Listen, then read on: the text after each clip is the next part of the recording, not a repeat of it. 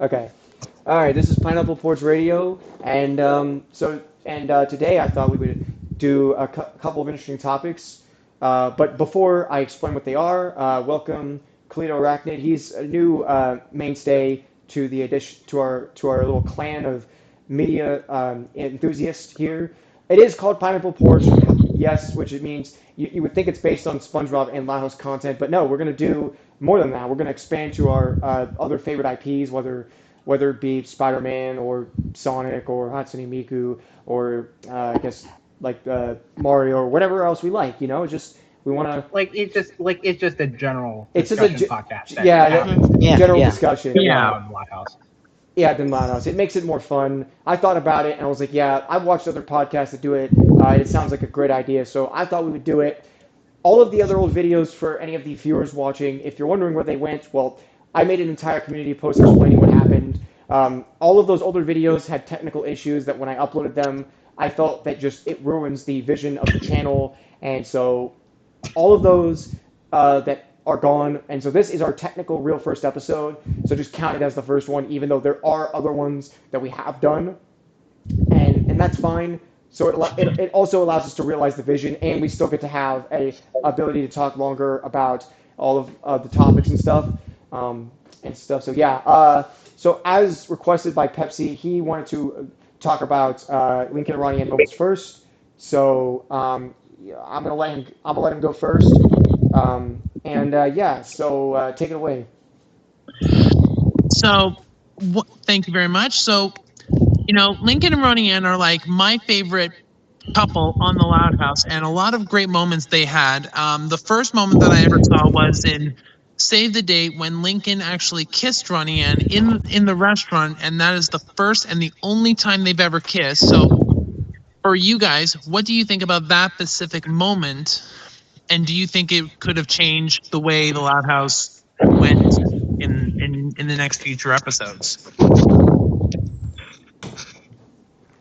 I mean, Um, personally, my favorite moment from that episode was just when Lincoln and Ronnie Ann were just we're pretending to be and like you took the words right out Bert of and my Bobby and mouth just because you know what? That is the only redeeming quality of that episode. I remember watching the episode in America when I was in I think ninth grade, I per se. Because see the thing is, now I'm gonna go into a little tangent, little story, but it ties back to this.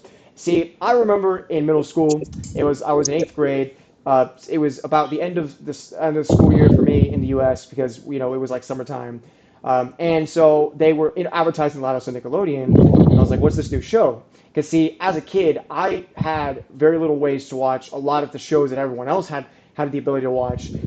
You think of your shows like Teen Titans Go or The Fairly Odd Parents, right? They were all on there, but see, I had a different way to watch TV, which was antenna TV, and that was why for a long time I had not an easy way to access Nickelodeon. So as a result, I had only watched like SpongeBob because that was like the only show I could actually like physically access. And then there was like streaming services which might have had a few shows, but of course this made it impossible to watch Loud House when it came out.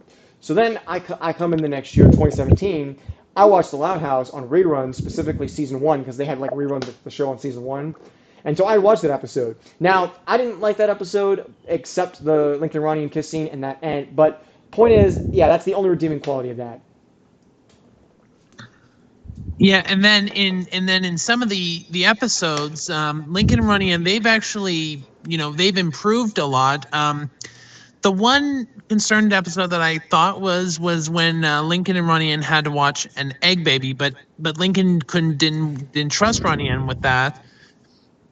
So I think Lincoln should have given Ronnie Ann more trust, especially with when they were partnered up together in that school project. Oh yeah, totally. I mean, again, I can vaguely remember. I don't really remember much of that episode besides that stuff because, yeah, like I said, a big thing I will admit is I haven't watched season one in a very long time. A lot of the earlier seasons I haven't because I don't think I've seen them since high school. I think usually when it comes to me and a lot of media that I consume, I usually kept up with like the newer stuff, and that's like the stuff I can remember, like it being, oh, very recently I watched this season. Like when it comes to like SpongeBob, for example, I watched literally every single SpongeBob media ever released, and uh, like actually put out by Nickelodeon, because that was just something that I always like vowed to do. So I did that. And so I will remember like, oh, I watched like the more recent seasons as they've come out on TV and stuff. And that was just, and it'd be recently, but then like a lot of the older stuff I have not seen in a long time. But that's just because I focus so much on the newer stuff when it comes out, because it might be still going on, that I forget about a lot of the older stuff. So again, with Loud House, I have not seen like the first 3 seasons, heck, even 4 and 5, even like in a long time. Like the last time I remember seeing season 5 was when it came on back in like 2021, I think, or 2020, something like Right. that. But yeah, that episode I vaguely remember, and it was pretty good. Yeah. And another Lincoln Ronnie Ann moment was definitely when Ronnie Ann and her family are basically moving to the city, but Ronnie Ann didn't want to leave because she had her friends, she had privacy.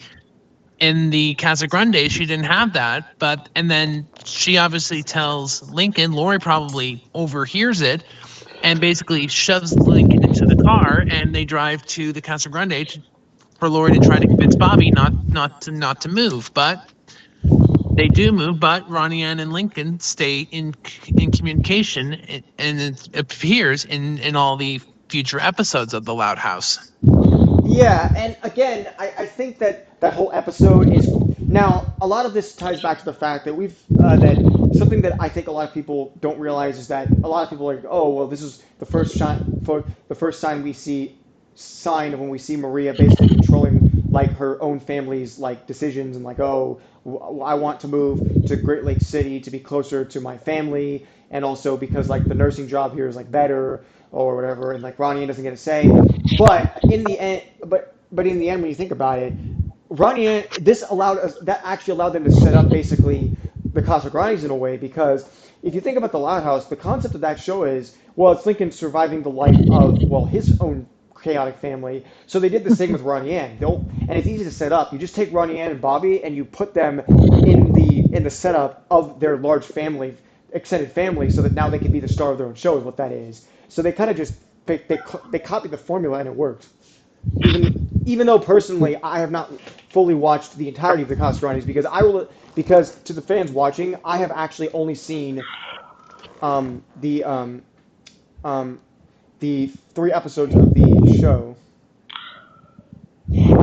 Yeah, and also and then in the episode City Slickers, Ronnie Ann basically doesn't want her friends to know that she is from Royal Woods and Lincoln is from Royal Woods, and then at the same time, Lori tries to be a city girl, but everything goes incredibly wrong for her.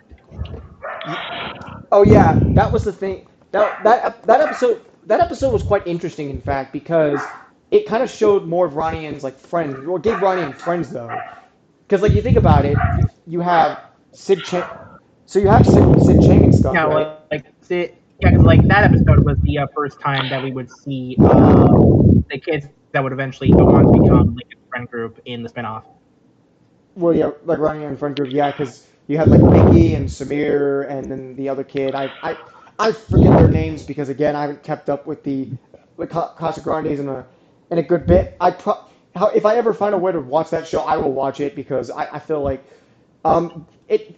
I So mean, I honestly, remember you got I will. I need to watch that again. I think that's the spinoff I'd probably watch over the SpongeBob Right. spinoffs, but I'll get into the SpongeBob spinoffs in the second section for obvious reasons. But Yeah.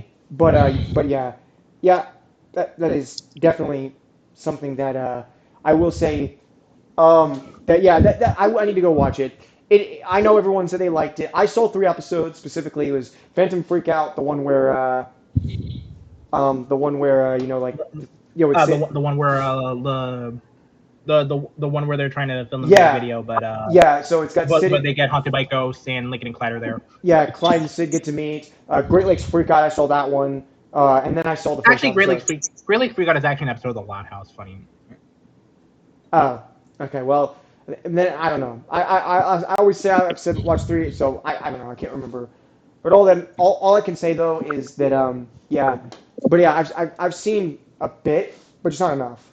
But anyways, yeah. So any other moments that we've got And for Lincoln Ronnie Ann.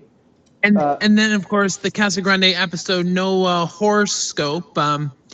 Like The horoscope. because I think the problem was is that Ronnie Ann is so committed to just keeping her relationship with Lincoln as friends because if because Ronnie Ann was afraid that if Lincoln says he likes her, that it would ruin their friendship. But I mean, in my perspective, it doesn't really ruin friendship between people if you say I like you or I love you. Yeah, it's complicated, but it's a cartoon, and I think that I don't know if this was before Ronnie Ann even turned. It might have been before Ronnie Ann turned 12 because they did this weird thing for a long time in the show where you had Lincoln was already 12, but then Ronnie Ann was still 11 for some reason, which is really weird Yeah. which was weird. And then they did the Cost Runners movie in 2024, and I was like, oh no, now Ronnie Ann's 12. I was like, yeah, but you kind of could have done that when like Lincoln was already turning 12. But again, I understand it's the Loud House. They can kind of just do what they want. But I don't know. Uh, I always found the it. Casa I always just the thought. Casa Go ahead. I have to say the Casa Grande movie. I have to say this is that is the second time that Maria has made choices that don't benefit Ronnie Ann though. Yes, and I'm gonna get into that movie In a minute. in a minute because because when we get to the second topic, there's yeah, I'll get into that. But I really want to get into that one in the second topic. But anyways, but basically, what I think we can learn from all these moments is that there are moments that we can think of where these two just work together really well, and they seem to be characters that are meant to be put together in episodes, and I think they should do more of them. But it really just Yeah. depends on the state of the show and what they want to do with the with the with the Loud House and stuff. I hope it keeps going on. Who knows? Who knows? Considering we have some things going on at Paramount regarding them buying out Warner Brothers and that actually going through and stuff, and then everyone it's a little mess, but we'll see. But I think that it's on hold right now just because Paramount's dealing with some other stuff. Um, Yeah. but yeah. But anyways, so on to the next topic. So I'm gonna leave this topic because it was one I came up with. So, so for so the viewers confused on what we're going to talk about, we're going to be discussing our favorite franchises, but in a different way. Where rather instead of saying which things from these franchises that we think are really good, we're going to talk about which things from our franchises we think are really bad, which is usually a thing that it can get really discussed a lot. And so I want to go and I'm going to go through my list, and then how I'm going to do it is I'm going to go like to the backwards. So then the Loudest fan will go, then Lucy, then Pepsi, and then of course finally Cleo Arachnid will go. So anyways, so I want to start with this one because this one I've saved specifically for this topic, and it's actually the first one I wanted to talk about. And for any of the fans who caught it on the community post, it ties back to this. And so I want to start with my favorite series or my favorite franchise of all time that I've grown up with a lot as a kid, and that is the Muppets. Yeah, I really adore those characters. I've loved them since I was a kid. I rediscovered them back in high school around I want to say 10th grade, and that was what really got me into just indulging a lot of the media. And it reminded me a lot of like as a kid, watching a lot of different movies and TV specials and other things as well. But there is one movie out of all of those movies that I've seen that I absolutely do not like, and actually basically trashes and shits on the original vision of these characters, and that is It's a Very Merry Muppet Christmas Movie, released in 2002. And so, basically, to get understanding of, for any of the viewers out there who don't know what this movie's about, I will explain it because that is a fair tradition that I'm going to do when talking about this stuff.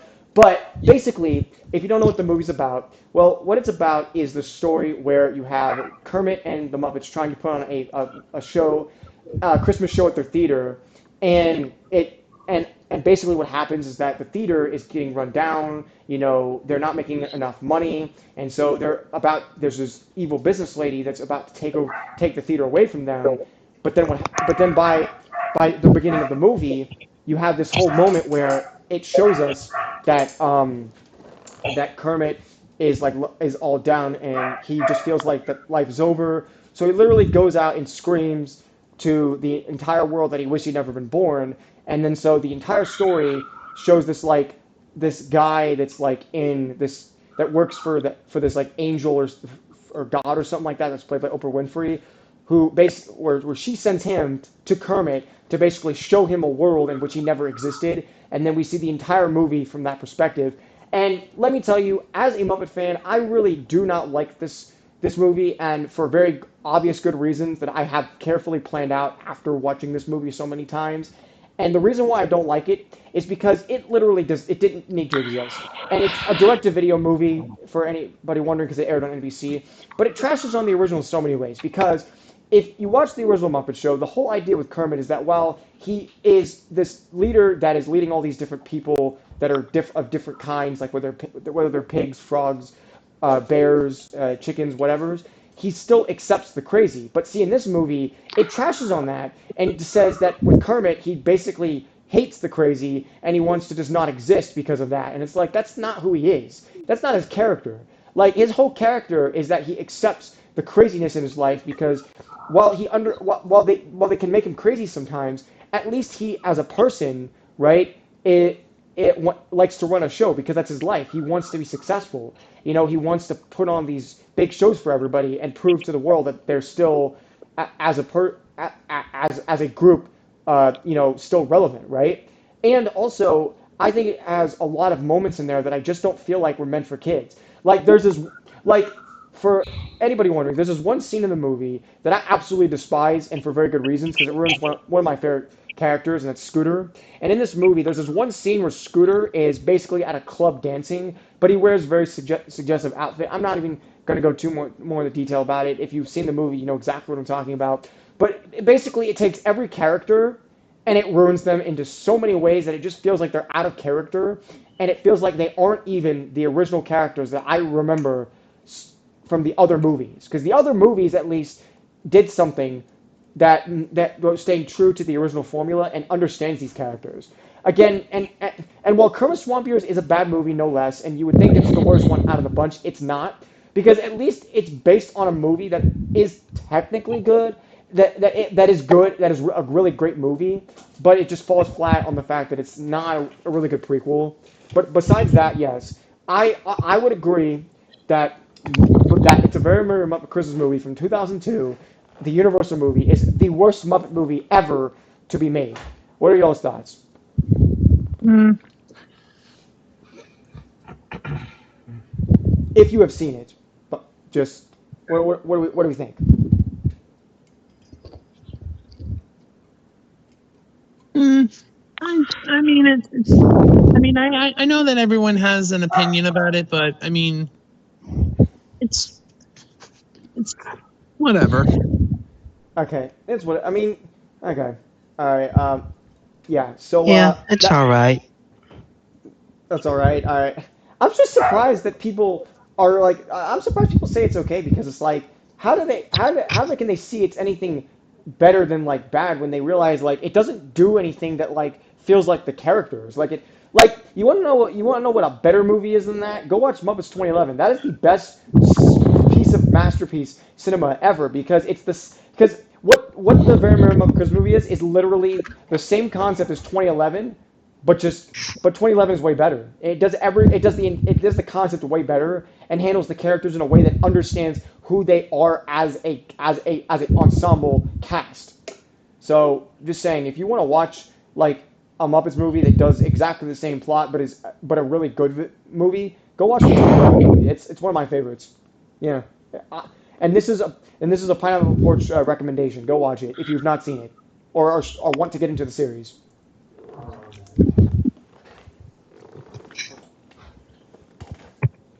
Well, you probably should go watch the original Muppet movie from 1979. But I would say you can start with the 2011 movie, and I wouldn't mind considering it does help get you an idea of these characters. But anyways, um, so that is my first pick for worst media ever that I personally do not like. And I'm gonna go to SpongeBob now because I also like SpongeBob. to most to a lot of people. I started watching SpongeBob in 2006 when I was 3 years old, and I gotta say this: there are a lot of SpongeBob things I don't like, and I want to share.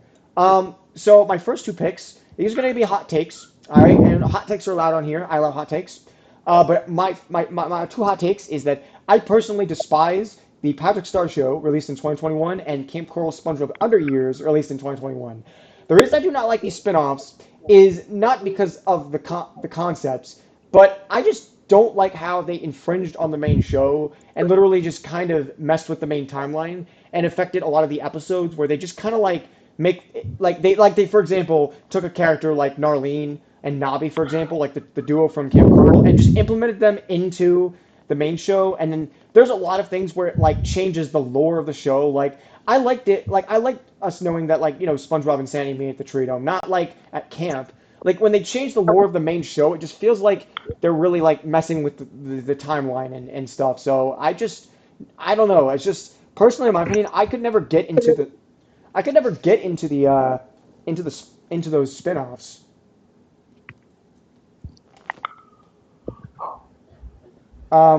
Yeah, I also okay. Now I don't hate Squidini as a character, but I personally prefer Sister Sam over Squidina personally because I always thought Sister Sam was a cool concept, just like this really like meanie of like this really like misunderstood like older sister that's like really mean and buff or mean and like strong and stuff that was like beating up SpongeBob and Squidward in that one episode if you remember. If you guys have seen the episode and stuff. But to me personally, and this it goes back to my hot take. I would say that Sister Sam is better than Squidina Star and stuff. What do y'all think?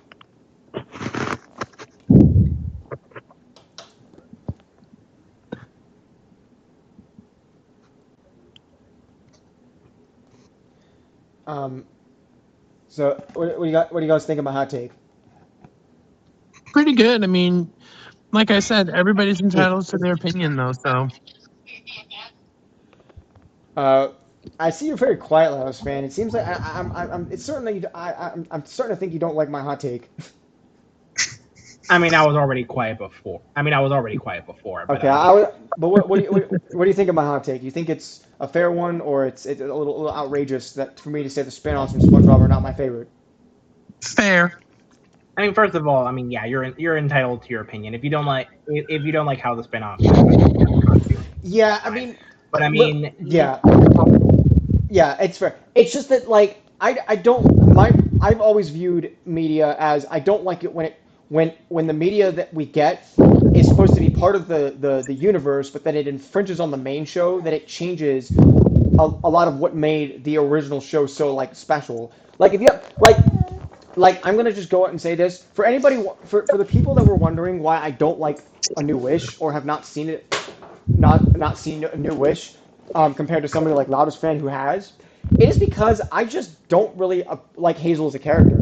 I always liked Timmy. Timmy was my favorite, and I loved that. I love, and what I feel like Hazel screws up in that Timmy doesn't is like, remember when the rules clearly stated that like you had to be miserable to get fairies. Why is Hazel a character that literally does the opposite of what the rules clearly stated in the original series, which was being miserable? Like Hazel's not a miserable kid. Like the only character in that show that I can recall from like the reviews I've watched that apparently is a miserable kid is Dev, which is the son of Dale Dimmadome, owner of the owner of the Dimsdale Fortune, or Dimmadome Fortune or whatever, like Dimmadome yeah, Fortune, right? So if anything, I think maybe I would have liked the show a lot more if Dev was the main character and and had like Cosmo and Wanda, not Hazel. Maybe I would have watched the show then. I don't know. That's just me. Yeah. That's Yeah. It's. I mean, like I said, everyone's entitled to their opinion, though. like I would prefer watching the main show over the no New Wish. I've seen any of New Wish. I thought about watching it, but then after really thinking about it hard, and my opinion started to change on the SpongeBob spin-offs, it made me reconsider watching a New Wish. Like I'm not gonna watch anything that infringes on the main timeline and screws up what made that show like a favorite of mine. because I really love Fairly Odd Parents as a franchise. Same. So like, like I like when, because what Fairly Odd Parents did this really awesome thing where it would say, oh, okay, cool. You have these rules, and then Timmy's got to follow them. And what some of these rules do is allow him to create adventures based on the magic that he wishes for, and it also helped him learn life lessons for when he was older, and then he eventually had to give up his fairies, right? And it felt like the show was setting that up, but it's like with a new wish, it felt like from what I've seen people talk about it, it's like none of that actually happens in that show. So it's like, what is that? How is that like connect to the actual show and stuff? I don't know, but Right. Right. Yeah. And and the original TV show is good, but I mean the other one, no, not my cup of tea though. yeah, it's not. Oh, and don't even get me started on Fairly Honor. That show, man, it's funny because I watched like one of the episodes and I'm like, what is this animation, bro? Why does this animation make freaking season 10's animation look so much better, which already was shit in the Yeah. first place? Like, how do you screw up the animation of such an iconic art style? Like, that makes no sense. Yeah. Totally agree on that. Like, bro, first of all, and I'm gonna just say right now, that is probably the worst for all of Parents Media. Because listen, if you look, there are very small details that really just made it look ugly. Crocker is a whole character. That one little shot where Timmy's missing his buck tooth and it only pops out when they do the animation for his mouth. Or how about Wanda's freaking hair where it like curves for some reason instead of being pointy like it was in the original show? How do you screw up the animation of such an iconic show? Like even I can I draw the have absolutely I have absolutely no idea though. I mean, people can do whatever they want, but you know what? Like I said, they're entitled to their opinion. like I've drawn those characters so many times. I know what they should look like. I don't know if they have like a tight schedule or something, but even I know what like Cosmo and Wanda and Timmy and Crocker should look like. Not whatever they did in that show. And like come on, man. Like if you're gonna make these characters fit better into the world, why not just do like 3D or something, like they were doing with the Fairly Odd movies? When they had Drake Bell and stuff.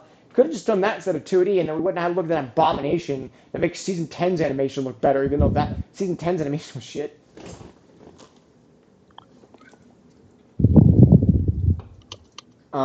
But yeah. Yeah. But anyways. Um, but yeah, that's my worst. I hated fellow parents media. Um, now, what else is there? Oh, I wanted to share this, but so as I said earlier that I'm a Muppets fan, this also applies to all of the Jim Henson's related properties. Sesame Street as well. I've not really personally been a fan of the more recent seasons of Sesame Street, even though I don't watch it anymore because obviously it's a preschool show. I've seen the approach they've done with the show recently, and I just don't like how it's handled because of where like I remember the show being this concept where it's a colorful neighborhood and street where you have all these different like colorful like characters that peacefully coexist on the street, but then like most of the actual characters like on the show are just not really there anymore. Like on the Netflix version it's only like what, Elmo, Cookie Monster, Abby, and then they have like three humans and then maybe a couple of kids. But it's not like the entire cast like it was. Like if you go back to a lot of the earlier days, there used to be like the entire cast was on the show. Now it's just like they don't you really utilize a lot of the cast anymore. And it's like why did you have the theme song market like a bunch of the main cast, but they're not even in like the majority of the episodes, and it's only like four characters they use. Like how does that even work? Like that doesn't make any sense. Yeah.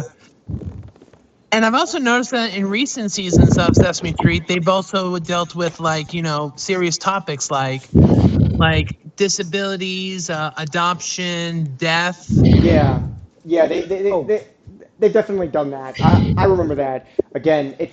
it boils down to what they've done. But like, it got me mad because they're misleading with the theme song, because the theme song that they made for the seasons clearly show us a bunch of the other characters like Bert and Ernie, Rosita. It shows us like the Count, like Oscar. They're Big Bird. They're all there like they're supposed to be, but not in the actual main show where it's only like four different characters, and it's like, why do you keep regressing all these characters? Right? And this started with HBO, because when HBO had the rights to the show, they basically just started doing it. I'm like, no, don't do that. Like we love it when it's like it's an actual neighborhood with a bunch of different characters. That's what the whole point of the show is, right? I know for a lot of us when we grew up in stuff, we remember all these characters, right? On the street and stuff. I mean, it depends on which region, because again, I'm talking about the American version. I know that for most of us, we have a different version of the show. Like, of course, Lotto Spain has in his country the Panamanian version, which is I think called just Sesamo. It used to be called Plaza Sesamo.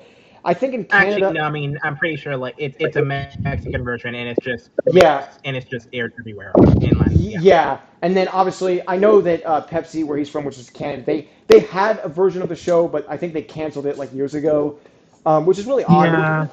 It was just called Sesame Park. Honestly, I'm surprised with the cancellations of some of these versions and whatnot and stuff. They could have just like took the American version and dubbed it for other countries for whatever their language is, which would have been fine. So at least they get to experience the show, but it's whatever. But there are only certain versions around the world that still exist to this day because they still want to air them. But like others, like the UK and like Canada, they don't have their version anymore. No, we Yeah, don't actually. yeah, yeah. Um, but yeah, that's just I had to bring that up because that was something I really got frustrated by that they were doing. Um, and then for another franchise that I love, which is Sonic the Hedgehog. It's one of my favorite video game franchises of all time. One of, because there are a couple others that I will get into. So, for anybody curious, you might be asking, what are my favorite video games I like to play? I like to play Sonic the Hedgehog. I've recently gotten into Yakuza, which is the Like a Dragon series. I also have gotten into the Hatsune Miku franchise, Project Diva. She's a really fascinating character. It's what kind Yeah. of started jumping me into anime specifically. I'm gonna get into like Dragon Ball Z, and which I actually just got a Dragon Ball Z game on Steam recently to for whatnot. I'm gonna get into Naruto, One Piece, stuff like that. Um, yeah, and I'm gonna get into Persona franchise because I got there's I don't know what I think the Persona 5 game that's on mobile, whatever it's called. I think it's Persona 5 Royal. I don't know if that's the correct name of the game, but whatever that mobile Persona game is on there, that was on Steam, so I picked it up for free. So I'm gonna try that one out to understand the lore of Joker's world. A lot of this comes from Crossworlds, which is one of my favorite games of all time. It's also what's gonna get me into a series like the Ninja Turtles. Um, Ninja Turtles and Avatar. I've actually seen the first three episodes of Avatar: Last Airbender. I would say that show is pretty good. I like the concept. Yeah, but everybody has different tastes, though. So So yeah, what is the actually? So have any of you guys ever seen have any of you guys ever seen Avatar: Last Airbender? What are your thoughts? mm, not for me, though. Huh. Okay. That's. I mean, I would say it's a good show because I love the powers though. Like they all get these powers. Like I liked the concept where they showed us that where it was shown in the episode like where that Aang is basically like was frozen for like a long time, and then Zuko's out there trying to hunt him down, and then so he ends up meeting Sokka and Katara, and they got to go on an adventure, but they literally have to constantly avoid Zuko and stuff like that. And so I haven't gotten that far into the series, but I've heard that there's some pretty cool moments that take place later on in the series and stuff. So yeah, yeah, but yeah. So that's what I've got for. Oh yeah, and the Ninja Turtles. I so for Christmas I actually got the Ninja Turtles 1980 series complete series. I welcome Baron. Yeah, we're just talking about stuff we don't like from media that is our least favorite. So yeah. Anyways, But anyways, but yeah, like I was saying, I got the Ninja Turtles 1987 Okay. complete set, the and stuff, and I'm gonna get into that series, that franchise because Crossworld is what inspired me to get into a lot of these other like stuff.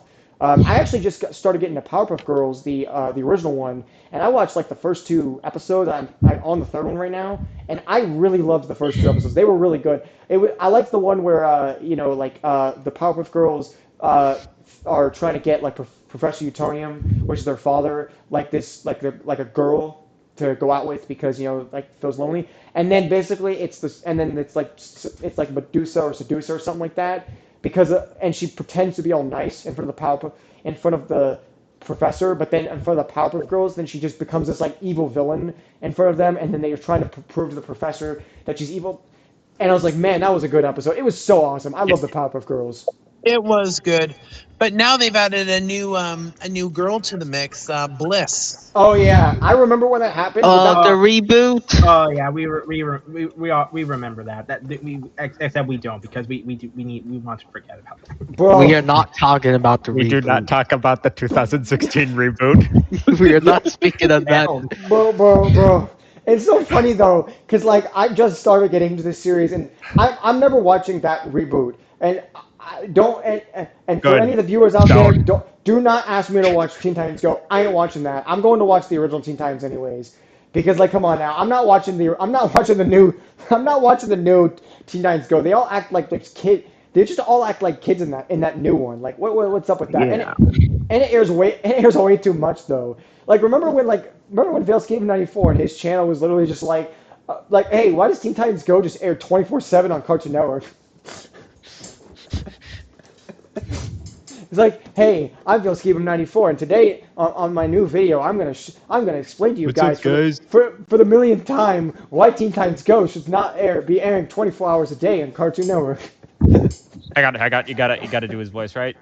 Hey guys, my name's Valeskibum94, and I'm gonna teach you why exactly the Teen Titans Go shouldn't be airing. Number one, I personally don't like it. Number I know, bro.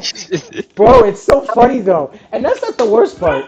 Cartoon Network is in a really bad state where, for some gosh darn reason, they just literally are like like reducing their airtime. Have you seen what happened when like Adult Swim just started taking over Cartoon Network for some gosh darn reason? Like it does for no reason. It makes no sense. Yeah, I saw when that happened, and I was Yeah, just like like, because they oh were my doing God. that like block or whatever that was airing all the older like iconic Cartoon Network shows, and that was on Adult Swim. But then it's like they started like pushing up the time slot for when Adult Swim even starts, and it was like at 5 p.m. that it would start. It's like that's too early though. Like that you still have a couple of hours you could air like Cartoon Network shows. Like, do you just not care about Cartoon Network or something? Like what the heck? I mean, streaming services now exist, and they probably want to push that. But Nickelodeon's not Yeah, even yeah, I know, it's Nickelodeon's so not even stupid. doing that. Like I'm a loud and proud Nick fan, and they're not doing that on Nickelodeon. Like you don't get Nick at Night until freaking like 8 to 9 p.m. or something, right?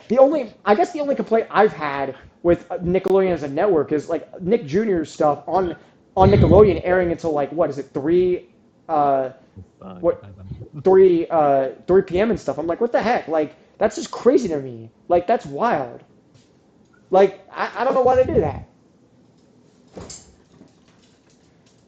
Like that make it like I don't mind it because I get that there's the preschoolers, but like, come on now, 3 p.m. Like that's crazy. Like at that point, it's like the half the day's already been gone. Like what? You're only gonna use a couple hours just to let us see like the actual Nick content. Like what the heck?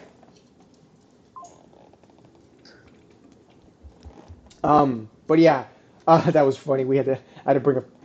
We talked about Powerpuff Girls 2016. Man, and the worst part is that Bliss Horror. the Bliss that character that we don't talk about. Why the heck does she look completely different from the other Powerpuff Girls? Like, She looks how like a did, DeviantArt OC. yeah, like what the heck? Probably one of the writer's daughters OC or something. Oh my God! Like the dress is fine because it kind of fits with the theming of like, oh, like it's one color, but like it's just the. I'm not trying to like say, oh, they can't have like like a different skin color for a Powerpuff Girl. I'm just saying it just feels like that they just had to come up with a random thing for appearance for Bliss or whatever. But I honestly don't really know much about Bliss. I know much more about the actual Powerpuff Girls that we care about, being Buttercup, Blossom, and Bubbles. Which Bubbles, by the way, is voiced by Tara Strong, the same actress who does Timmy Turner and Ben 10. Professor I don't know. U's biggest mistake, creating OC. Yeah, yeah. It's right. It's so weird though, but yeah, that's Yeah. just. Anyways, back. I don't know why we just got on talk about that. Oh yeah, another two shows that I'm also gonna binge watch at some point. Before we get back into it, is Adventure Time and Ed and Eddie. I actually saw, I think, the first episode of Adventure Time. I actually really liked that episode. Adventure Time is Adventure pretty Time good. is Adventure Time is fucking awesome, dude. Adventure Time, like what's that Adventure song? Time. Come Come on, on, grab your friends. Yeah, We're on to a what's very distant land with the just a dog and Finn the human. The fun will never end. It's Adventure Time. do you guys like that do you guys like that that song that Jake sings about making pancakes or whatever? Making pancakes, making pancakes. I get a bacon and I put it in a pancake. Making That pancakes, that's what it's gonna make. Baking pancakes. Oh my god. Bro, Oh, and for any of the viewers out there who are wondering who voices him, it is John DiMaggio who does Flip on the Loud House and does Bender from Futurama. Yeah. oh, By my metal shiny ass. Right, my metal shiny ass. Oh man. oh! Look, we have the same name. That's funny. Oh yeah. Also, I forgot. Yeah. John DiMaggio also does. We should fight to the death. Meet me Miss, outside the Waffle House. oh, Yes, whoever wins gets to keep the name. oh yeah. So John DiMaggio also does another Loudest character, and that is Mr. Grouse. For anybody that was wondering as well. Yeah. And I couldn't hear you loud. All I want is my lasagna. Well, I ain't helping you. I love Mr. Grouse. He's a really good neighbor, even if he's a little grumpy. I think he's a really fun neighbor of the Loud. Man, my property. Oh my god, bro! Him in the earlier seasons was just like him in the earlier seasons was like just like this grumpy old villain or grumpy old neighbor is and stuff. I don't know why. It's just like and it's like yeah, it's so funny. Um, He's but a fun character. he's a fun character. Yeah, it's not as funny as Mr. Turner basically being so like adamant about hating Dinkelberg, where he's like Dinkelberg. Dingleberg. Yeah, or like or what is it? Or like this is where I put my trophy. If I only had one. Oh my god. Yeah, he's Anyway, my. so Yeah, that's it's my favorite. It's from Father Time, which by the way, I'm wondering if that was the episode that they inspired to make Time Trapped. If y'all remember that episode from season 6. yeah, I remember that episode. What are y'all's thoughts on Time Trapped? Since I'm bringing it up anyways. It horrified me. It horrified you. Am I remembering it right? Isn't it the one? It's the one where they break the vase, or however you want to pronounce it. Yeah. I know the episode you're referring to now. What do you think of the what do you think of Time Trap, Loudest fan?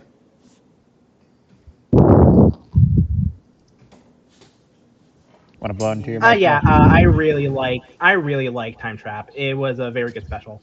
Yeah, it literally is just basically it's basically Father Time, but like from in Loudhouse style, by the way. So yeah, like if you want a comparison, just watch Father Time. It's a really good episode. Um, yeah, it's really fun time. Um, yeah. So let's see what else. Oh yeah. So back to what I was saying about Sonic the Hedgehog, because I was about to get into my hated thing from that. But I absolutely despise Sonic Boom as a lyric. That game is the worst Sonic game ever. I do not like that game. And you want to know why? There's glitches in the game. The story is just was not for me.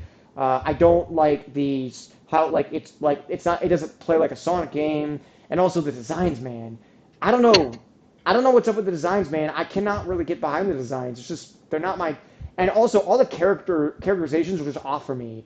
Like, why is Knuckles a bumbling idiot? That's not his character. He is an idiot, but he means well, and he's not that. I don't know why they did that.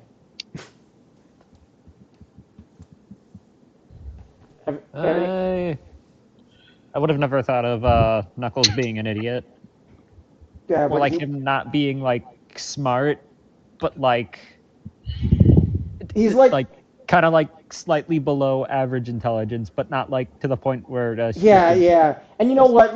Can we just all agree that the Sonic Boom TV series is the only like good thing to come out of that sub-series? and and like he doesn't exactly get it sometimes. Yeah, but I'm sorry. yeah, but anyways, as I was saying, can we just all agree that the only good thing to come out of that Sonic Boom sub-series was the TV show? Oh yeah. That one was amazing. Bro, literally. Not It another was, speeding yeah, ticket. I I was. debated in court, but I don't think they're gonna accept "gotta go fast" as a medical condition. Oh my God! I really, God. bro, bro, bro, literally, I remember when it came on Cartoon Network. In fact, yeah, for all of the fans wondering, if you were in the United States, or if you live in the United States, they aired it on Cartoon Network and Boomerang, in fact, when it came on. But I don't honestly, since Last Fan is in Panama, I have no idea where they probably aired it in Panama. But for the U.S. viewers, it was on Cartoon Network, and I remember seeing it on Cartoon Network. Loudest fan, have you seen Sonic Boom? What'd you think of that show?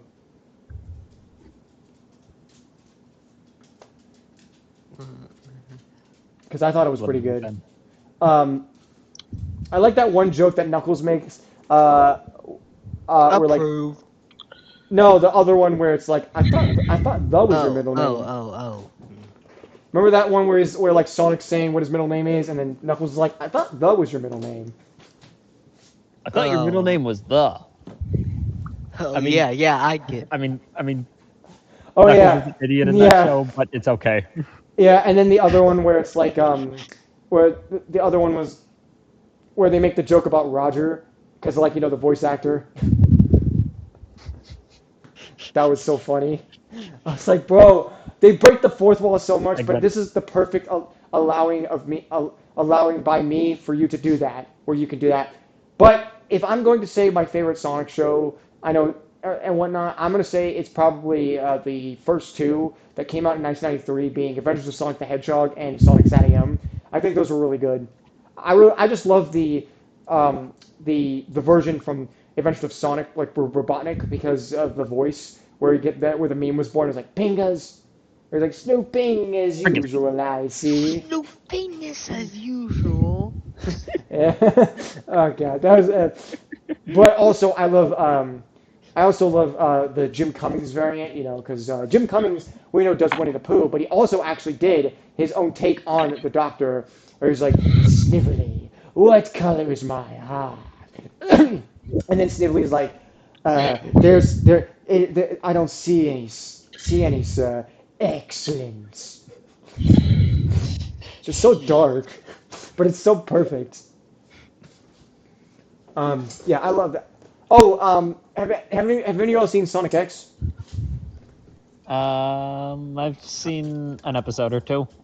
Oh yeah, Sonic X was also the jam. Yeah. Jam, except I guess most people would probably agree that Chris Thorndike is not a really liked character, probably because of the English dub really messing with his character.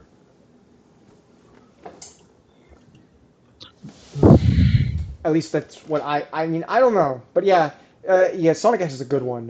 What are your thoughts on Sonic Prime? Since that's one of the newest Sonic shows. Okay, I'll be honest. I haven't watched it, I but watched. like for the Yeah. love of me, I love the designs. I watched. I love. I watched. I think the first episode. I just could not get into it, man. That was not my. That was not what I expected when I imagined Sonic going to other like I worlds. mean, Sonic Prime has a very has a very good premise. It is a very good premise on paper, but the execution Is itself was pretty uh, half-baked, honestly. Yeah, I mean, everyone says that's their favorite like voice for Shadow, Prime Shadow. Also, I just don't like the depiction of Sonic in this show. I think he's just not Sonic to me. Like he's just too like cocky. He's too like annoying. He's not Sonic. You know, at least I can tolerate Boom. I can tolerate Boom Sonic from Sonic Boom, but not this one. I'm sorry, I don't like Sonic Prime. Get that shit out of here. Pirate Rogue is my wife. Pirate Rogue. Oh my god. Oh my god. What, bro? Oh my I'm god. sorry. I'm sorry. I own the figurine. Bro. I swear Oh to my. God, don't. But It's like not the like it's but not no, in the jar. I honestly, swear. I have to say this. I can't stand Sonic Prime. Now, for any of you wondering, in America, it actually has aired on Nickelodeon, and that's where it airs now because I guess the Netflix deal lapsed because again they've already aired all their whole show, which was 3 seasons. People thought there was going to be 4 seasons, but there's not, and so obviously it's on Nickelodeon if you're in America and you want to watch it. But again, I just don't like Sonic Prime. I do hope we get another Sonic show, but please, Sega, please to God, as a true Sonic fan, give us an actual animated show that is based on those like animations you make for the video games. I want that so gosh darn bad. If y'all have seen the animations for Sonic X Shadow Generations, Dark Beginnings, please give us an animated show in that style. I beg of you. That's so good. It would be really awesome to see, but it also probably like cost a lot. I get it, but just do it, man. I don't. If I have to wait years for it, I don't care. I want that so bad because it looks so much better than whatever the fuck they were doing with Sonic Prime. I will take that over Sonic Prime. I'm sorry, but yeah, I just can't stand Sonic Prime. I would I can't stand it. It is my least. Oh yeah, I didn't bring this show up. I forgot about it. What are y'all thoughts on Sonic Underground from 1997? I think 1999. What do we think of Sonic Theme Underground? song slaps. Oh, theme song does slap. That I've heard is people's only favorite thing from the show, and maybe like the whole like Sonic having siblings and being rural concept. But that's it. Well, and there's Yeah. Knuckles is in the series, and that's it. Yeah, Sonic Underground's a very forgettable show, to be honest. I mean, I grew up with it. I thought this theme song was pretty dope. But yeah, I would rather watch the first two Deke Entertainment Sonic shows because those were more iconic to me. I remember Sonic Stadium, and I love Adventures of Sonic the Hedgehog. That all of the that were the jokes. I love Scratch and Grounder. All that is just great. But yeah, um, but yeah, yeah, it's just, um. Yeah, what else is there? Yeah, so, um, but anyways, so do you guys have, so I think I've gotten all my worst hated media out of the way. So do you guys have any of your worst hated media that you want to share that is from your favorite IPs or whatever? Hmm.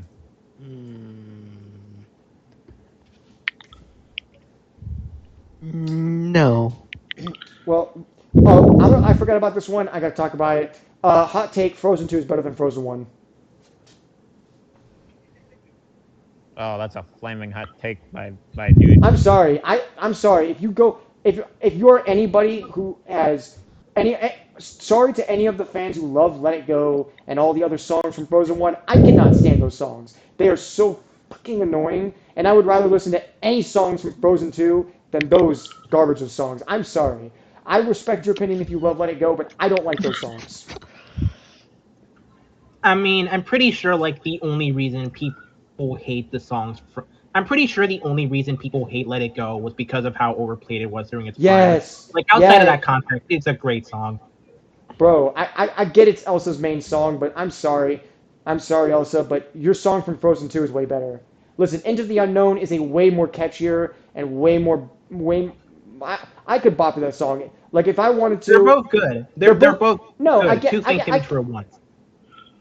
I can get the love for it Let It Go, but I just don't like it. It was super overplayed, and it just got on my nerves. Because for me, I'm not really a Disney princess guy because again, it's girl movies. Come on now. But I love Frozen 2. I love the Frozen series, just not Frozen 1. I love Frozen 2. It's a really good Frozen 2 is a really good movie. Plus, it gives Olaf more to do though. I always thought that Olaf was kind of like shafted in Frozen 1, but I thought that his like role in like Frozen 2 was just so good. What do y'all think? Is Frozen 2? You like Frozen 2?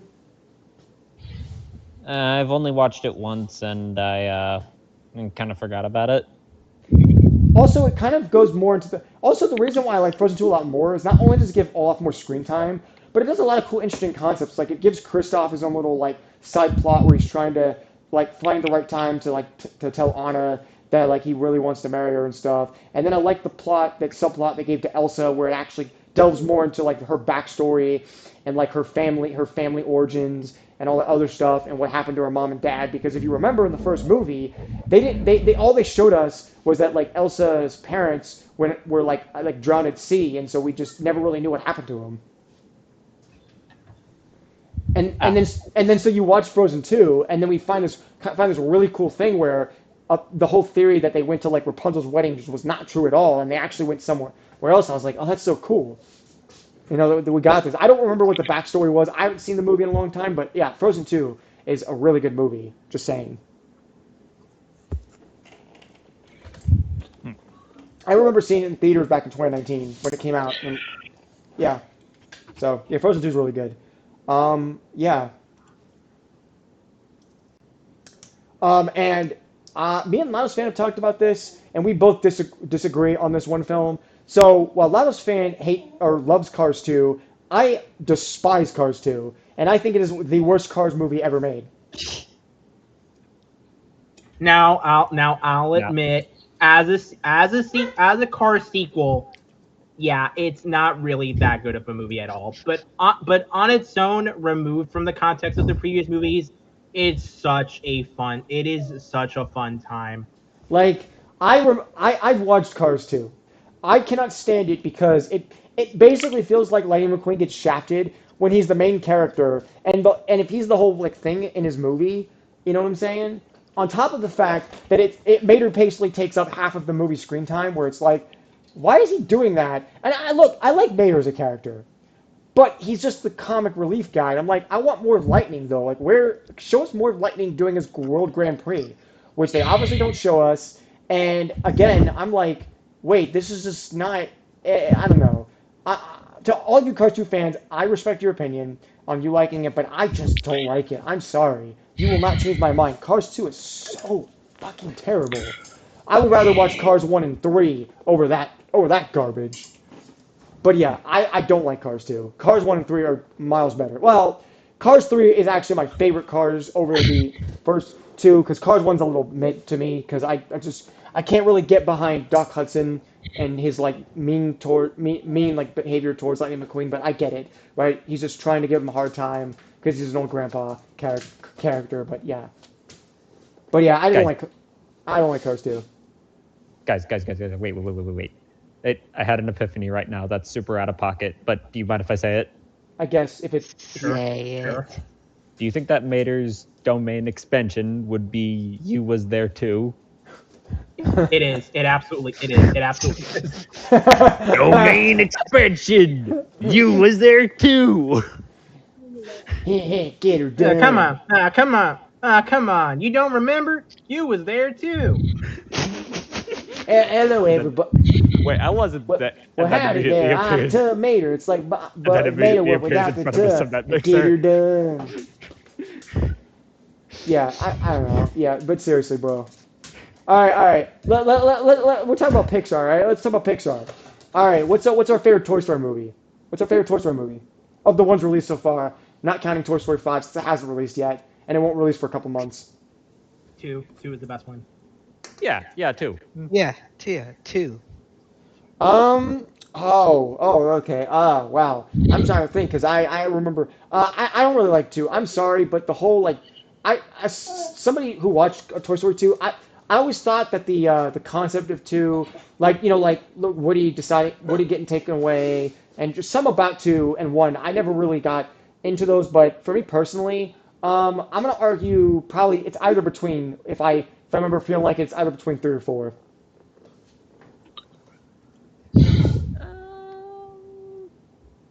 Yeah, 3 wins that fight by a mile. Because Story was I think meant to be the ending of Toy Story, but then they said fuck it, we'll make a 4th one, and now we're getting a 5th one, but somehow the 5th one's about Toy First Technology, which actually I actually like the way they found a way to make it exist, even though technically we shouldn't have had a 5th one anyways. But oh my I god. mean, yeah, like in any other scenario, I would agree. We do not need a Toy Story 5. But like the plot and but the plot they're working with, it has a lot of potential. If done right, it could make for a really great movie. Oh, Yeah. and I guess since we have and Finding Nemo also had 2 movies, but my hot take is that I believe that Finding Dory is better than Finding Nemo. Yes, you heard it from me. You heard it from the host of the show, Kind Animation 2003. Finding Dory is a much better movie than Finding Nemo. I do not like Finding Nemo, and for anybody wondering why, it's specifically because the movie just always creeped me out as a kid. It was I didn't really like Bruno the Shark as a kid. I just couldn't get into it. It was a really hard time to watch the movie, in my personal opinion. I really loved Finding Dory. It was a really good movie. Like honestly, and I have to say this, I was when Finding Dory was become when it was made a movie, I was so excited to watch that movie because I was like, oh man, this could be so much better than Finding Nemo. Finding Nemo, I just didn't really like it. It was just something about that movie just scared me as a kid. But now I get to finally watch there's a new Finding Nemo movie, so I watched it. And I was like, Finding Dory was so good. What are your thoughts on Finding Dory? Finding Dory is Finding Dory was okay. It was fine. It was pretty. It was pretty. it It was was fine. it was an okay movie with some things that I really liked. But then I was like, oh, I really was like those steel I was guys. like, So Or what I if think what there if were just what if just like, what if for a third movie they ever do a third movie, just call it Finding Marlin. Let's go find Nemo's dad. Just imagine what imagine the third movie is just called Finding Marlin and you have to find Nemo's dad. imagine if they get into like the imagine if they get into the tens, like like like like how Ice Age is probably gonna get into the tens, and then what Okay. would like I okay. what I would have to like bring that Finding up. Nemo So 10 look like? I don't think I've fully seen all the Ice Ages because again I probably may have seen one. I don't remember. It's hard for me to remember. But I've seen people online actually claiming that Disney should have not made an Ice Age 6. They believe Disney had no right to make Ice Age 6. What are y'all's thoughts? They absolutely should just let Ice Age die. Because Yeah, we because do not need a friggin' Ice Age 6. because Let it They die. just have to let the sleeping dog Especially die. especially the fact that they literally shut down Blue Sky. How are you gonna make it? How are you gonna make another Ice Age without Blue Sky? Disney I think tried to integrate those properties and That make them won't like stop well Disney. from what I understood, and this was based on like what I noticed. So if you guys have seen the Adventures of Buck Wild, that movie clearly shows us that they're trying to integrate like the Blue Sky properties and like movies and stuff as considered like Disney-made movies, even though they were never originally made by them. So like if you go to like Disney Plus, if you go to the Disney Hub, that's where all the Blue Sky movies are showcased. So like I don't know if that was I don't know if that was intentional or not, but like just yeah. But I guess they now consider anything that was made by Blue Sky Studios to be considered a Disney like movie, like a Disney animated movie. Like would you guys agree? I wouldn't agree on that. They're Blue Sky movies. Well, yeah, like they're made by Blue Sky, but like based on how they've like put them under the Disney Hub, it just makes you it gives you the assumption that they treat them as Disney animated movies, even though they were never originally made as such. So I can agree with the argument as to why like they shouldn't consider Ice Age as such, even though they've been trying to do such a thing. So yeah, Yeah. I don't know if I would be so surprised if everybody goes and sees Ice Age 6 is like, oh my god, maybe Ice Age 6 should have existed. And I'm like, yeah, okay. And everyone was saying before that it shouldn't have existed. Like, I don't know. I wouldn't be keeping up with Ice Age, but still. And oh yeah, my favorite. And also my favorite moment from the Simpsons, which is one of my favorite adult cartoons. Hey, guys, remember when Onward came out, the Pixar movie, and they actually put a Simpsons short in front of Onward in theaters? Uh, I don't think I ever saw it in theaters. Never saw it in theaters, No. but you remember when they did that, right? Right? That right? Yeah, I remember whenever they show Simpson shorts in front of Disney movies. Oh man, I was like, yo, what timeline are we living in? Because y'all, I'm pretty sure y'all remember when they put the Simpsons shorts in front of the Ice Age movies back when like Fox was still independent. But when Disney got their characters and then they put it in front of like a Pixar movie, it was like, what is going on here? Like we're getting a non like Pixar short in front of like a Pixar movie. That's insane. And Simpsons no matter, which is an iconic franchise. I remember whenever they, I remember whenever Sid the Sloth was on Fox, and he did the first cup, and he sang the Like the Family first Guy couple. intro. Listen, it seems today that all you see is Is violence and movies and sex on TV. Oh my But god. where are those Bro, cool bro, you remember that? Bro, Remember that family, dude? Remember that, Lucky, there's a Family Guy, and he's coming up next. dude, dude, no, dude. Guys? Remember that Family Guy episode that actually showed that showed Peter in the actual Ice Age like universe? Oh And yeah, yeah, like No. that one kind No. of no, that no, that's mine. No, those No, are my no. nuts. Those are my No. nuts. Bro, I don't know what episode that's from, and I may have not seen it yet. But bro, that is so hilarious. Like that was actually from before Family Guy got to shit. Like, come on now.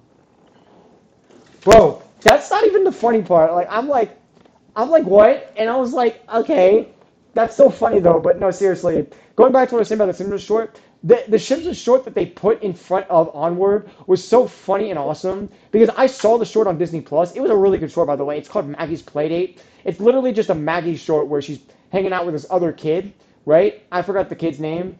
It's like a really like fancy kid. And what's so awesome about it is it was literally in front of a Pixar movie, and it was like them. It was actually us getting to see for in real time that these two properties are like integrated together under the same company. I thought that was really cool. Have you guys seen the Maggie's Play short that I talked about? I don't think I have. Oh yeah, it's a pretty good short. You should go watch it. But yes, that was the short that was played in front of Onward, by the way. Yeah, that was a really good short. I was like, oh man, that's so good. I was like, that's so funny to me because I was like, bro, this is such a good short and whatnot. So yeah, yeah, that was such a good.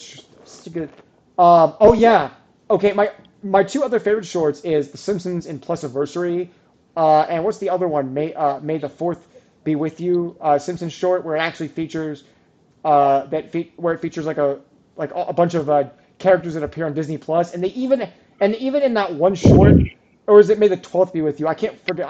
Keep forgetting what it's called, but it features Bluey in drawing the Simpsons style. I was like, oh my god, that's so awesome because I love Bluey. You know what short I'm talking about? The one where it's got a bunch of Yeah, I know what the you're talking Disney about. the Disney bro. Bro, I loved it when they put Bluey in the Simpsons style. I was like, oh man, Bluey's such a cute little show that I love. I love Bluey. What is y'all's thoughts on Bluey?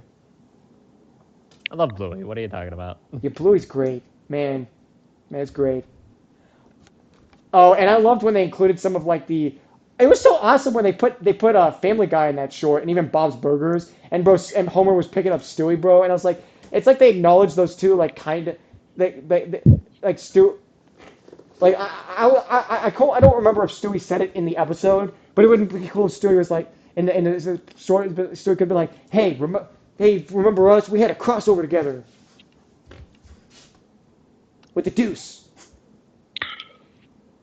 And and speaking of Stewie, and going to our next topic, which is recent news, have y'all heard about the fact that Fox and Hulu and Disney have just recently announced that in 2027 we're going to be getting a Stewie spinoff? Oh yeah, I've heard about that. Oh, yeah, I've Yep, heard of it. we sure Um, are. Uh, Indeed, we sure are. Oh no, the next Cleveland I was like, show. what the? I I saw that on YouTube and Skeevan was talking about it. I was like, bro, what is this? Like the last spinoff we got was the Cleveland show, and didn't that show like kind of burn and crash because it was not really a good spinoff? How are you gonna do a Stewie spinoff? Yeah, they burned it. It burned and crashed. Go. And they even made a joke about it in Family Guy. It was like, And then hey, Don't hey, you have a haha. show? Man, all Oh. I'm hoping for, all I'm hoping for is that friggin' so like in the first episode of the Cleveland show, like as he's driving off with his new family, and like Stewie just says, "What the hell? He's getting his own show." And so like I really hope the first episode of the Stewie spinoff literally also just starts the same way with just like Cleveland also just saying, "What the hell? He's getting his own show." And it's freaking Azers basically saying that because, man, y'all will not understand. I watched Azers like a bunch throughout high school, probably still do, and him getting the role of Cleveland was my favorite moment ever because, bro, he does a really freaking good Cleveland impression. And the fact they got him, it's just amazing and it's genius. But, by the way, the only way you will get me intrigued to watch this Stewie spinoff is if you bring back the iconic duo of Stewie and Brian Griffin going on time travel episodes. You do that and you've got me hooked. Bro. I wonder Whoa. if there's gonna be any bears. You know what today is? No, like Brian, Well, but like you have it's the day. March. It's March 14th. 14th. Wait, that's not right. Wait, that's It not should right. say that It should day say that the crabs- day that crabs fries. It's Anyways, fries. viewers, viewers, Yeah, before I'm we glad continue. I referenced that. Anyways, viewers, before we continue, happy day that crabs fries day or whatever. Anyways, but anyways, but if you're gonna get me hooked on this new Stewie spinoff, bring back that awesome iconic Brian and Stewie duo like road to thing that we missed so much from the original series. Where like Brian's like, "Whoa, that's the ahoy, Stewie! Time to go on our next time traveling adventure." Yeah, with the Deuce Yeah, Fry. it's been so long since we've gotten one of those Road 2 episodes. I 'Cause, really like, hope they do another one of those again. I think it's just that they saw no reason to do it, but it's like I really want Brian to this series would do so well if it's not just about like Stewie and his preschool, but like if Brian's another main character and he's like the second character, it's like Stewie and Brian, like it's a Stewie and Brian show. That'd be awesome. And you know what this would do? It would actually give Brian something useful to do since in the main show he's just a prick. Like make him this would actually make him a better character again. Just put him in a show with Stewie. I'd love that. And guess what? And you do that, that makes Brian a better character because it takes him away from all the reasons why he's such a terrible character. Bro, Brian's one of my favorites, and I want to see him actually be a good character again. But put him with Stewie, bro. Yeah. Because I like in the earlier seasons when he was like the straight man to Peter, and was like, "Oh, that's ahoy! It's 7 o'clock, Peter, and you still don't got and you have your pants on."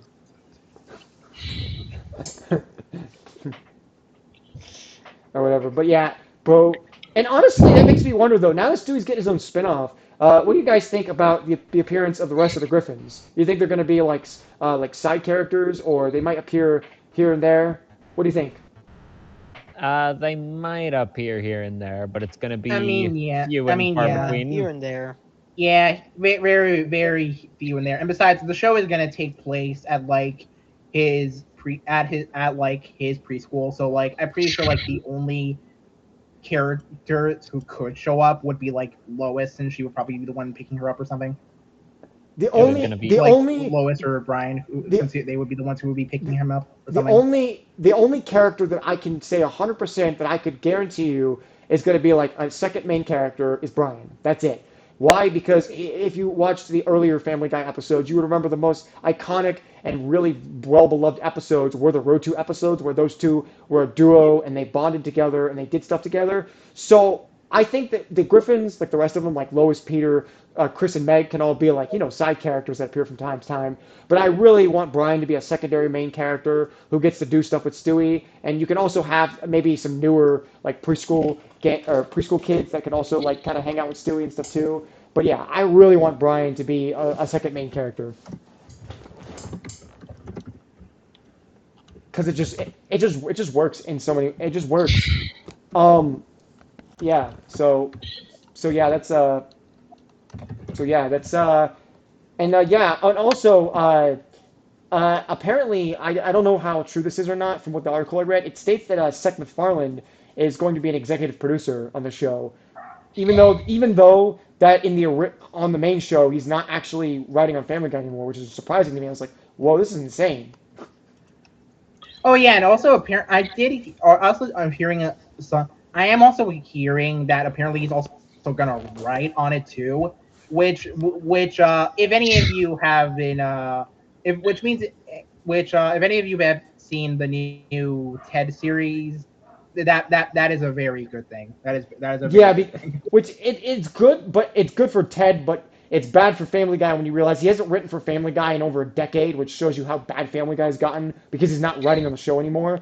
How do you focus so much on Ted and your other movies that you forget about the main reason why you started to get into animation, which was Family Guy? Like, what the heck? You still write for American Dad, but you can't go on Family Guy and write? Like, what the heck? He doesn't write for American Dad either. That show just has a really strong writing team. Wow, that is crazy. And American Dad was his second show. I mean, to be fair, can we all agree that that Seth MacFarlane is basically just the Butch Hartman of adult animation? Pretty much, I guess. Yeah, Yeah. because Butch Hartman had a similar issue where he started making too many shows. And funny thing is, they both worked together on a Yes, project before, which they is great. did. They did called Zoomates back in Hanna-Barbera days. In fact, they were originally colleagues doing like Johnny Bravo and like the Powerpuff Girls and stuff. I think. Yeah. Nah, I'm pretty sure he did. Nah, I'm pretty sure he didn't work on the property. Yeah. No, he did Johnny Bravo. It was Johnny Bravo. I can't remember if that was the only. No, yeah, he did. He did do Johnny Bravo, I Bro, don't think he did. bro, I remember I was watching the first episode of the Powerpuff Girls, and it was so crazy to see the fact that that Chris Savino was a storyboarder on the Powerpuff Girls first episode. I was like, bro, before he went all dark, that's crazy, crazy man. Yeah, for any of you fans out there that have watched your favorite shows in the '90s, like Powerpuff Girls and Ren and Stimpy Show, yes, Chris Savino before he goes on to create The Loud House and worked on like Kick Buttowski, he actually was a storyboard artist for the Powerpuff Girls and Dexter's Laboratory. I mean, yeah, he did already have a very prolific career in animation even before we're creating the Loud House, even before working on the Loud House. So I mean, he could have created the show like maybe in like the early 2000s, but just didn't because I guess he wanted more experience. But I'm like, I don't know, man. I don't know, man. I don't know, man. I don't know. I could imagine a Loud House like airing in the 2000s. I mean, alongside SpongeBob and Fairly Odd Parents and Jimmy Neutron. But as we all know, that didn't happen. But again, I don't know, man. But yeah, like that's crazy because I was watching. I was like, bro, that's crazy. Like I knew about him working on Dexter's Laboratory, but I had no idea he was a storyboard artist on Powerpuff Girls. But that was so cool to see. But yeah, and oh yeah, so we got to talk about this. This happened recently. Have y'all seen that Super Mario Galaxy final movie trailer? Yep. Yep.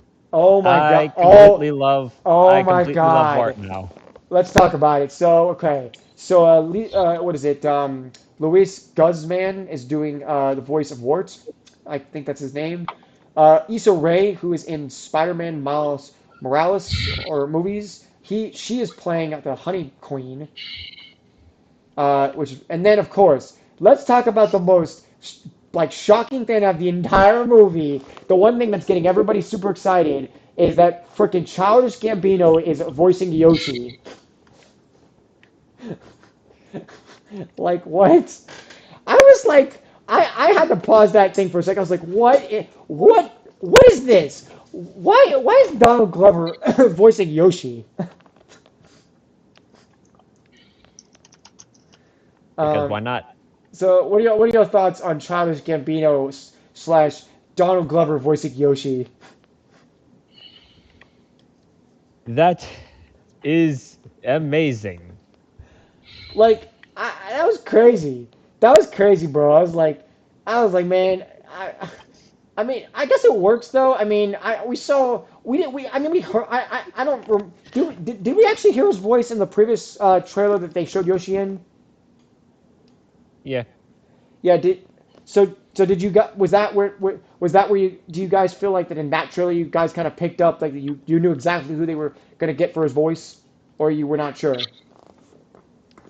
I honestly just wasn't sure. It sounded like somebody. It sounded like just somebody. Oh yeah, last fan. What are your thoughts on the voice actors for the Mario Galaxy movie that they announced? For the what movie? Mario Galaxy movie. Donald Glover as Yoshi. Bro, bro, I mean, what the I can't. fuck? What the hell? Gophers, yeah, bro. That was the. What's so funny is I saw clips on YouTube of people at the Nintendo New York store, and they were like losing their minds over that. And I was like, yeah, no, I see why though, because he's like, but bro, Literally, the last person you would expect. and what's so funny is that like I didn't expect him to be a Nintendo super fan, but like Brie Larson, I was like, okay, yeah, I can see that. But Childish Gambino is a Nintendo super fan. Like, what did you? Why would you keep that from us, bro? Like, what the heck? Like, dude, like, I mean, Brie Larson makes sense though, because like Captain Marvel, like yeah, but like when have we when has Childish Gambino ever came out and said, oh yeah, I like Mario? Like I gotta know now what his favorite Mario game is. Is it Mario World? Is it Mario Odyssey? Like what is Childish Gambino's favorite Mario game? Like he's got to tell us that.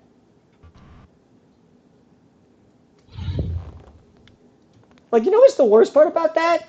It's like they told us like freaking Chris Melandari, if I'm saying his name correct. He told or no, sorry, Brie Larson. She told us what her favorite Mario game was, which is Mario Galaxy. But fucking Childish Gambino didn't get to go on there and tell us who his favorite Mario game is. So I don't think we'll ever know what it is. Like honest to God, no, I don't know what it is, bro. Like I bet you it's Super Mario World. Because he's playing Yoshi. What do you guys think? What do you guys think his favorite Mario game is? His favorite Mario game is I don't know. I'm sorry. I'm gonna guess. I gotta say Super Mario World. If he's playing Yoshi, it's gotta be Super Mario World. That's the game that introduced Yoshi. Like, come on now. Oh yeah, and the Starbits, bro. Oh man, and Benny Safdie as Bowser Jr. Man, I love where he's like, I'm gonna I'm gonna be. He's like when he comes in, he's like, I'm gonna be taking my father now and stuff. It's crazy.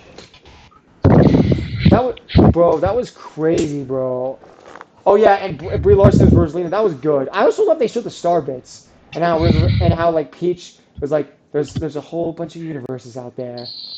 Oh, and Jack Black as Bowser. Oh man, he cooked so hard with his voice when he was coming in. I Like I love that. I love that part. That one. I love the. I am Bowser. Bro, bro. Remember that first trailer when like Who Bowser are you? is like when Bowser's showing off his painting to Mario. It's like he's like doo doo doo doo doo doo doo, and then he's just like, sorry, I just need my 8 hours of turtle sleep. I was like, bro, Bowser, what is up with you? It's trash. He's just going to therapy, man. Oh my God. I mean, I do wonder how he can. I do wonder how he's gonna grow back. I do wonder how he's gonna grow back to his full size later on in the movie. Well, yeah, Probably because take a oh million yeah, years. oh yeah, we gotta talk about that. So since the movie, we need to talk about this since the movie is coming up in a couple of weeks, anyways, which I'm so excited for. So if you remember from the trailers, in the first few we got, they showed us that Bowser was very small. So it clearly continues on from the first movie, which is where Bowser was very small, or whatever, because he ate the mini mushroom. So do you guys believe that just like in the video games, when the mini mushroom wears off, that like that Bowser will just become big? And then that's how he gets out of his small form. Probably. Yeah. I mean, it doesn't just wear off. It doesn't wear off, but if in the Mario games, if you get hit, it does basically you die. No, you die. Yeah. Yeah, but I'm sure. But if I had to guess, and this is my theory, I believe what's going to happen is they're going to make like a movie-fied version of the mini mushrooms like abilities, where unlike in the games where you die from getting hit from the from getting hit by the mini mushroom, or by like a Goomba or something like that. I believe that the mini mushroom is gonna have this special like wearing effect where you get to be in the mini mushroom for a while, but then it'll wear off eventually, and so it'll allow Bowser to get back to his normal size. I would assume, unless there's some way that they're going to explain how he gets big. Well, no, because if y'all remember in the trailers, they showed us that Bowser Jr. has his like little paintbrush that was introduced to us in Super Mario Sunshine. So you think that Bowser Jr. is going to use that to turn Bowser back to big or something like that, or Bowser gets a mushroom? How do you guys think Bowser's going to become big? It could really be anyway, but Because I'm like I don't know because like I mean because like they could have it where like the mushroom like the mini mushroom wears off, but it's like I would feel like the paintbrush is going to have some sort of significance because we all know that in like I haven't played Super Mario Sunshine. I'm sure you guys could probably tell me more about it. But I believe in that game they actually explain in Super Mario Sunshine they give us like more like insight on the ability of the paintbrush. I know that the paintbrush in Super I know that the paintbrush in Super Mario 3D World plus Bowser's Fury showed us that Bowser Jr. used the paintbrush to turn Bowser into this black beast that was really tall and stuff that Mario had to defeat and stuff with the help of Bowser Jr. Y'all remember that game? yeah, I do. Yeah, so oh yeah, and we got to talk about the elephant in the room. I don't know if you guys saw this, but if you saw the little Super Mario Bros. Plumbing, they updated the site and they just confirmed that Rob is going to be a character in the movie. My sibling was so hyped about that. Oh my God, Rob, Like that's their favorite Rob, character. bro, and what's so funny is that everybody only knows him because of Smash Brothers. Haha, yes, victory dance, booyah. Lados fan, what do you got? Lados fan, what do you think of Rob being in the new Mario movie? Pretty cool cameo. Pretty cool cameo. Like, what the heck? Like, it's so funny to me because everybody only knows Rob from Smash Brothers, which is the only way I know about him. And it's like, yeah, and yeah, and by the way, for anybody that is watching this podcast who didn't know, yeah, Rob was originally a Nintendo Entertainment System add-on that you would buy or whatever for the system. In fact, that's where he originates from. He's not an actual like video game. No, he's an actual add-on for the console that I believe was really expensive, if I'm correct. But yeah, that's where Rob comes from, and whatnot. Yeah, apparent. Oh yeah, and also if y'all are fans of Super Mario Brothers 2, not only will you get to see Wart in the movie, but you get to see Mauser from Super Mario Brothers 2 and Birdo as well. I didn't get the appeal of Warp before. Like he just kind of seemed like another stereotypical evil king character.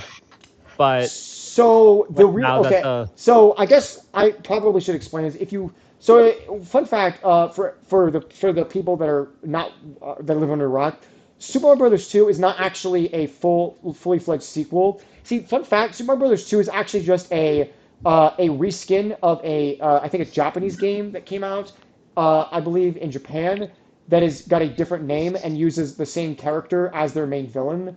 And so they kept it as the villain for Super Mario Brothers 2 because fun fact, the game that they reskinned actually has the onion picking up ability and whatnot as well. And that's why Bowser does not even appear in the sequel, and why Peach and like Toad are playable as the third and fourth playable characters. For anybody wondering, yeah.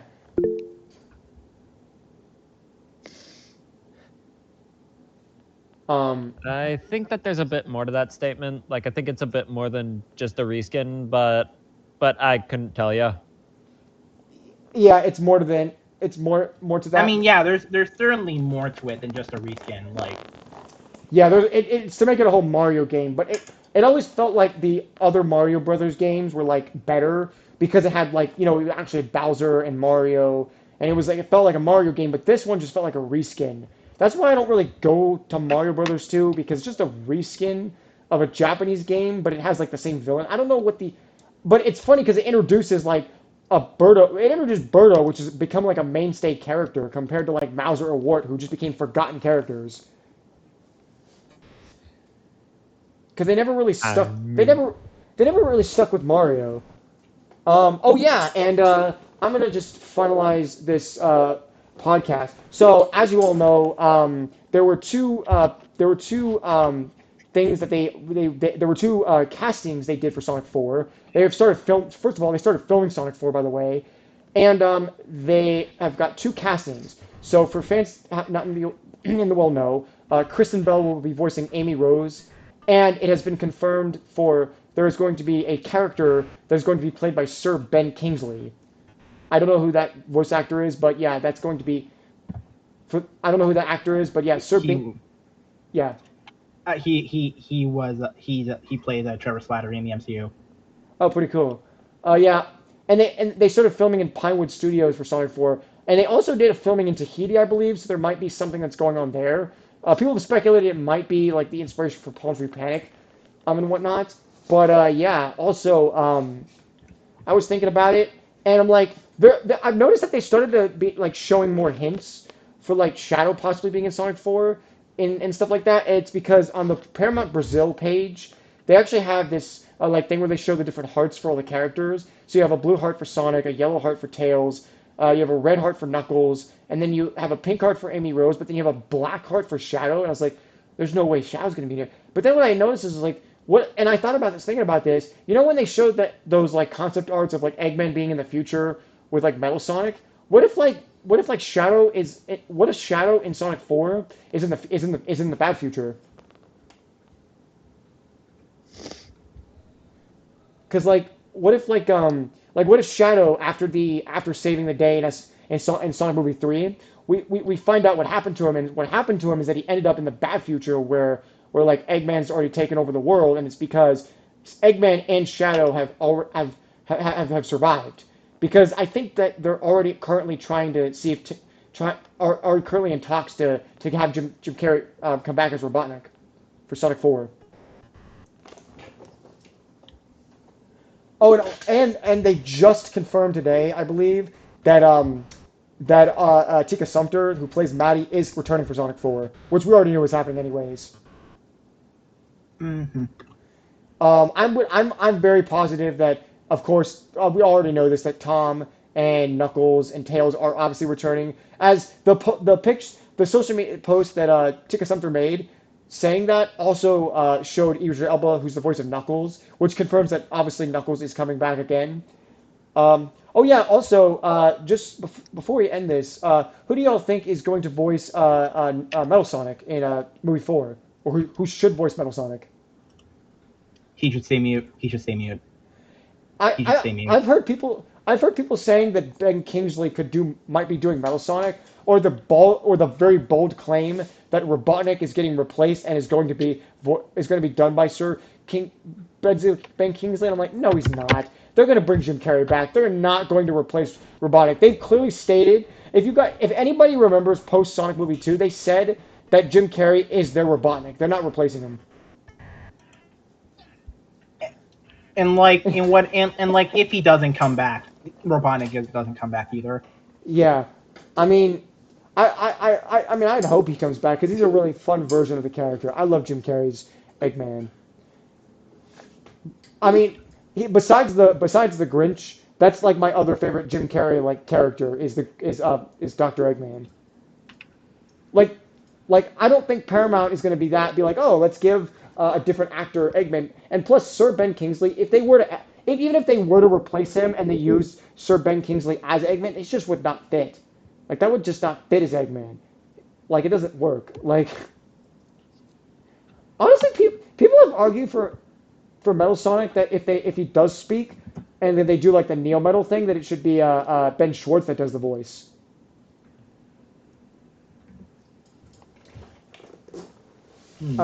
I also heard this. I don't know how true this is, but they were saying that for movie 3 they tried to get one of the some of the game voice actors to return for Sonic movie 3, but then they decided to not do that, and so I think they're talking about doing it for movie 4, where you have Ben. We were having like Roger Craig Smith, Ryan Drummond, and I think even and even and Jason Griffith coming back uh, to have like a role in Sonic movie 4. I don't know. What do you guys think?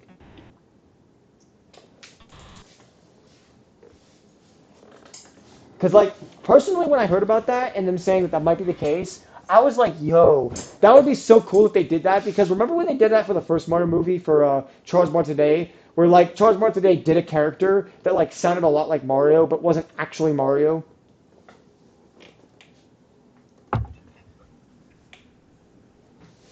Because, like, that was a cool idea. And I was like, yeah, that's so dope. If they did that for Sonic movie 4, that'd be so cool. But then I wonder which one should they bring back though, because there's three Sonic voice actors we've gotten in the games. But which one would they most likely do? It'd be like, I honestly, if they pick one, it's either going to be the modern one, which is Jason Griffith, or they're going to do, or no, not Jason Griffith, sorry, Retro Craig Smith, or they should do the most like requested one, that is the most like iconic one from the 2000s, which is Jason Griffith. I don't know. Which one do you think?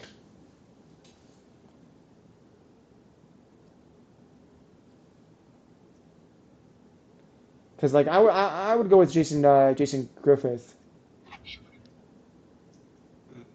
Yeah, yeah, and um yeah. Um oh yeah, oh yeah, so just what I wanted to say is so since Utopia's had two movies now, which would y'all say is the is the better Zootopia movie? Is it the first one or the second one? The second one. The second one is actually pretty good. I saw that one. I liked it. I mean, the first one was like, okay, you're getting to know Nick Wilde and stuff, but like, I love that you get to have like a team up adventure with Nick and Judy and stuff. And everyone keeps trying to say like, oh, Nick and Judy are like couldn't be having a thing with each other, but it's like I don't know if the writers intended for Nick and Judy to have like a relationship or something like that. I don't know. What do y'all think? Like, do you guys think that Nick and Judy are like they intended for them to be a couple, or they're just supposed to be friends?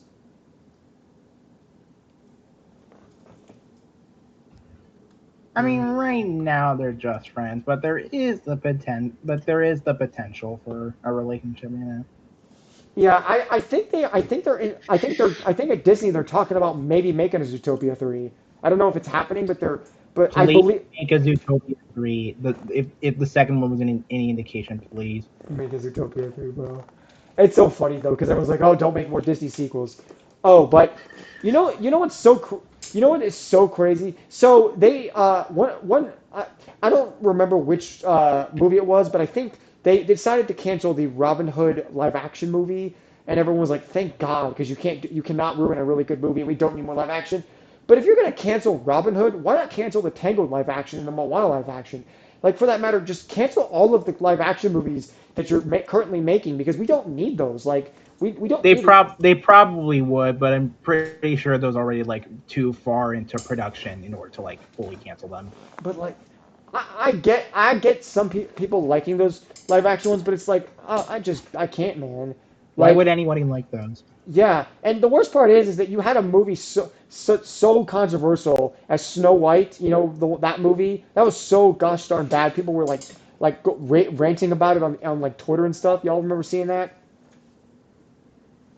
When like yeah, bro, that was so insane. I saw that online. I was y'all y'all see this, right? Like this shows you how bad that movie was. Like it was so diversive and it changed like Snow White as a character. That's not Snow White. Like come on now. Like the early like the I will admit the earlier I mean the earlier like live action ones were kind of passable per se, but I don't know. Oh yeah, and what are your thoughts on Hocus Pocus 2? Because they did a sequel to that a couple years back. Did you guys watch that, or did you just have you only seen the first one? I watched it. It's pretty good. I've only seen the first one. I, I didn't watch the second one honestly because yeah, I just personally I was like yeah I don't know something about it was just I don't know it just and also it's like why was there really a need for a second one I at mean, a all? bunch of people were asking for it for a while, but Yeah, but I feel like that the story they did because remember, the reason why I just didn't really want to watch the second one is because if you remember at the end of the first movie, they clearly ended it off on a good note. Like the like those the three kids basically saved the day, and they turned and they put the witches back where they belong and stuff, right? And it felt like a closing to a story, but then they just go and make a second movie. Like how do you try to make them come back is the real question.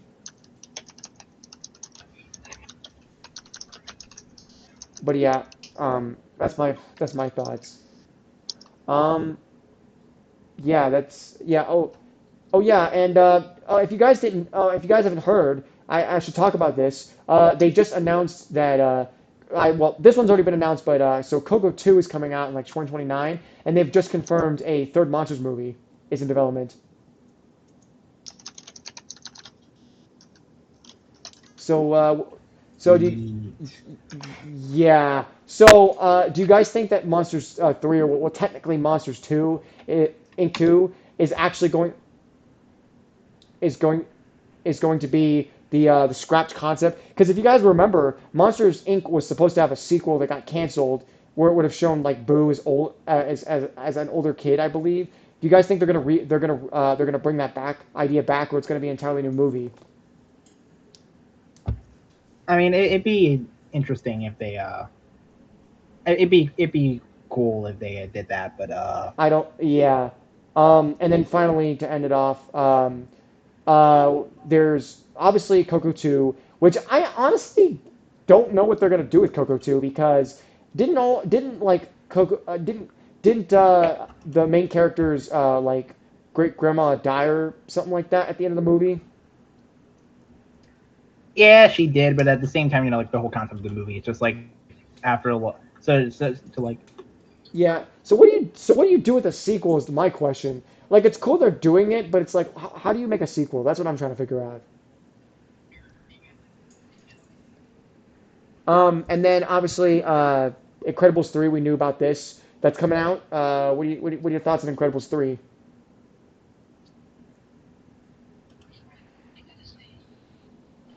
I mean, But yeah, I think it's yeah, about time we start wrapping up here. yep. So yeah, we've talked a lot, and we've gotten into a lot of stuff. And so have anything you want to say before? You want to have anything to say to the viewers before we end this? Uh, and yeah, thanks for if you somehow managed to listen for this long.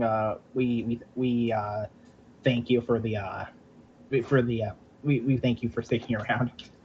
Yep, and also to end this off for me as the host, Kai Animation 2003, comment down below in this video. Give me suggestions for any anime that you'd like me to watch or any shows that you think that I might be interested in. I'm trying to get into new shows, so please comment down below in the comments. Just name a show that you think I should watch, and from anything from Disney Channel, Nickelodeon, Cartoon Network, anime.